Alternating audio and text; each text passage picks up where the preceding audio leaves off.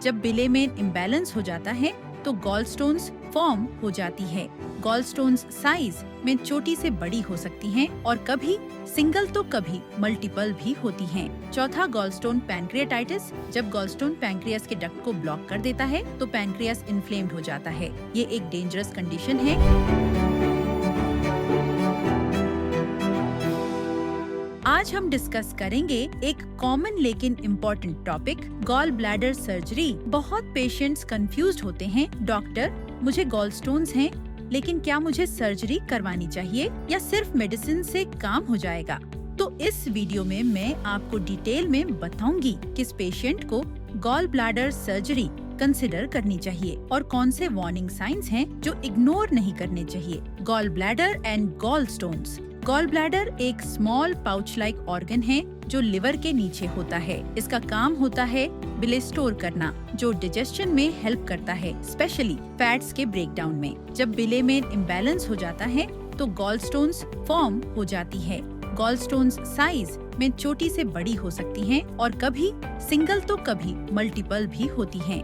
Who should consider gall bladder surgery? Gallstones हर case में surgery की जरूरत नहीं होती, लेकिन कुछ सिचुएशंस में सर्जरी ही बेस्ट और परमानेंट सोल्यूशन होती है। 1. Symptomatic gallstones. अगर आपको biliary colic, sudden right upper abdomen pain जो शोल्डर बैक तक रेडिएट करता है, पेन के साथ नोजिया, वॉमिटिंग, ब्लोटिंग हो, ये क्लियर इंडिकेशन है कि गॉल ब्लैडर सर्जरी करना जरूरी है। 2.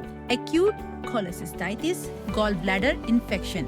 गॉलस्टोन्स गॉल ब्लैडर के अंदर ब्लॉक कर देते हैं, इन्फेक्शन होता है। Symptoms: severe pain, fever, tenderness, vomiting.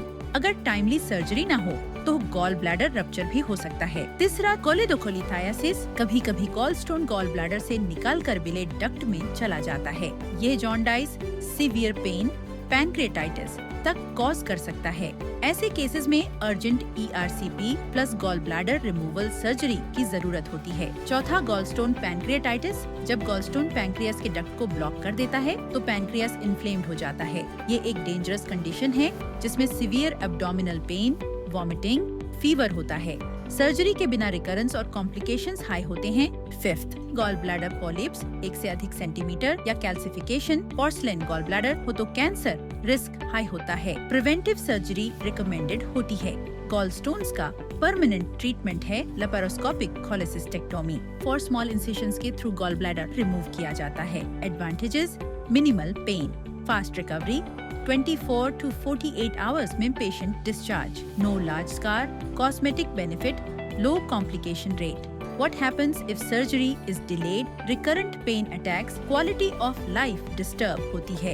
Repeated infections, gall bladder rupture risk, pancreatitis, life-threatening emergency, bile duct blockage, obstructive jaundice, long-term gall bladder cancer risk। तो दोस्तों, अगर आपको frequent abdominal pain, nausea, vomiting, bloating या gall bladder infection के symptoms हैं तो delay मत कीजिए।